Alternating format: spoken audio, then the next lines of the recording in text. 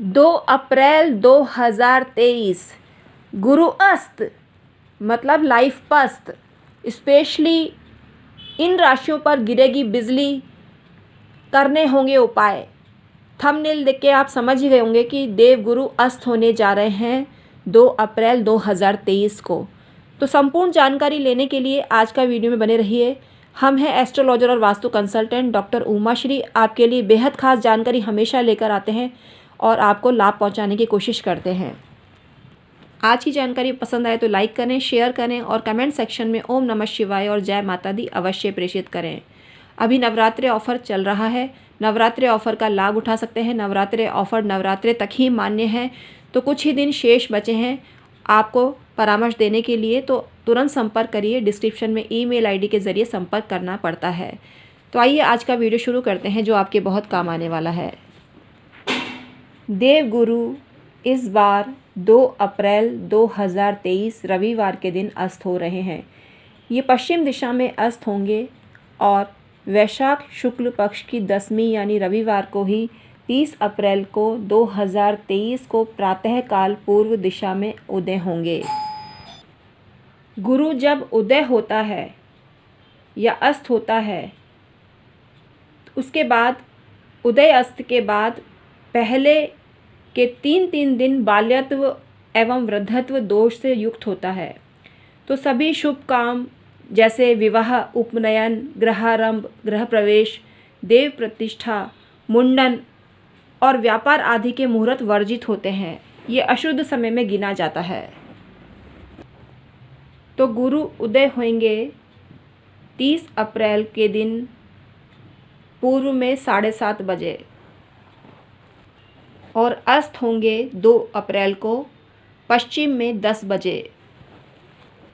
जिनकी कुंडली में गुरु ऑलरेडी अस्त है तो उनको भयंकर परेशानी का सामना करना पड़ेगा और उनको कुछ उपाय भी करने पड़ेंगे जो इस वीडियो में हम आपको बताएंगे अंत में। तो पूरा वीडियो अवश्य देखिएगा। हम एस्ट्रोलॉजर हैं और 25 साल से एस्ट्रोलॉजी कर रहे हैं। आप हमसे इसलिए परामर्श ले सकते हैं। मात्र 500 रुपये अदा करके एक सवाल पूछ सकते हैं अपनी जन्मपत्री से संबंधित, और मात्र 1100 रुपये अदा करके अपनी जन्मपत्री से संबंधित आप सवाल पूछ सकते हैं 2 की संख्या में।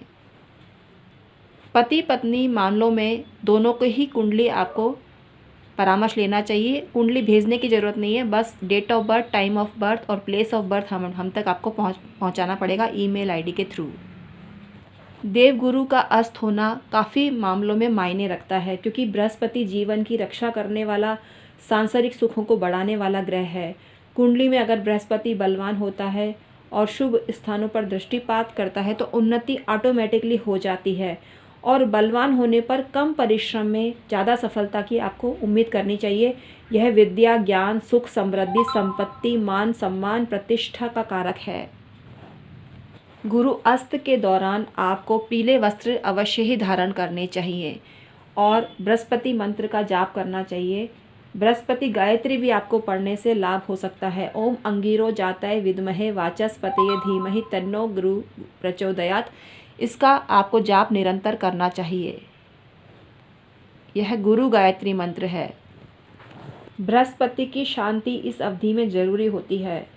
इसके लिए भगवान विष्णु, शिव और सूर्य की स्तुति करनी चाहिए और सज्जनता और सच्चाई भरा व्यवहार करना चाहिए, जिससे बृहस्पति के दोष स्वतः ही शांत हो जाते हैं। हमेशा सच बोलें और चरित्र दृढ़ रखें तो आपको ज़बरदस्त बृहस्पति के उपाय लाभ देते हैं।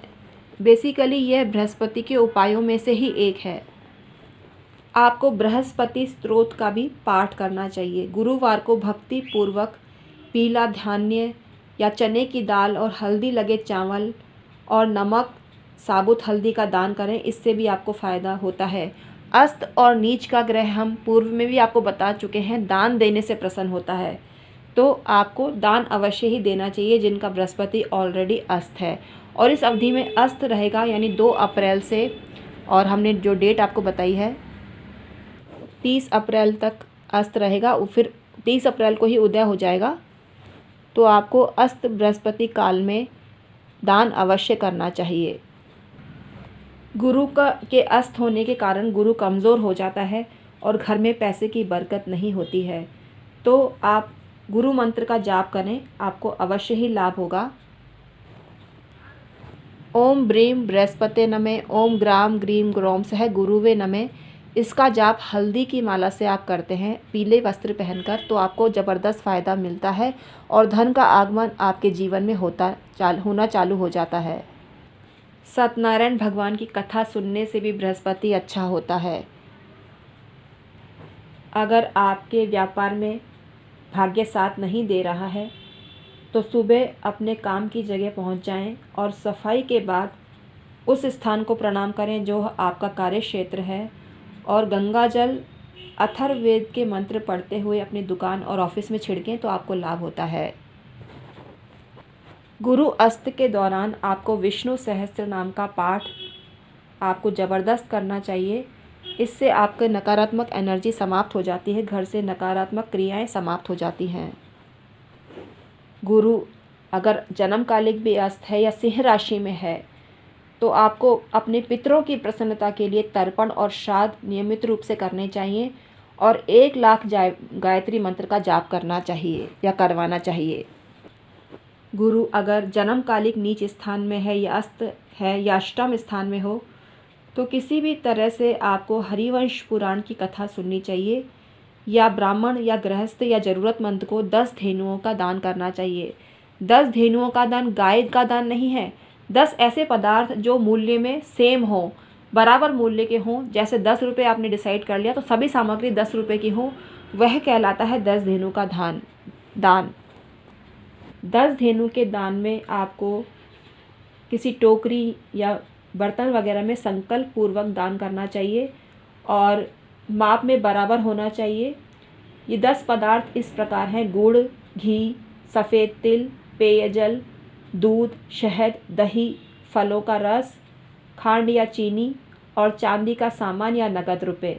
ऑप्शनल है, मतलब चांदी का सामान देवें या नगद रुपए देवें, खांड दें या चीनी दें, दोनों नहीं देना है, एक ही पदार्थ देना है आपको। इनसे ही आपको लाभ मिलता है। अगर आप अपने घर में राम दरबार की मूर्तियाँ स्थापित करते हैं, विष्णु लक्ष्मी जी की मूर्तियाँ स्थापित करते हैं या राधा कृष्ण जी की मूर्तियाँ स्थापित करते हैं, साइज़ में वास्तु के अनुरूप देख लीजिए, ऐसा करने से आपको ज़बरदस्त लाभ होता है। पेयजल की निःशुल्क व्यवस्था भी बृहस्पति को स्ट्रॉन्ग करने में मदद करती है। गुरु अस्त के दौरान आपको देव वृक्ष पीपल की पूजा करनी चाहिए। इस वृक्ष की पूजा करने से आपके ऐश्वर्य में वृद्धि होती है और आपकी हर तरह से सुरक्षा होती है। सभी ग्रहों के दोष शांत हो जाते हैं और सुख की वृद्धि होती है।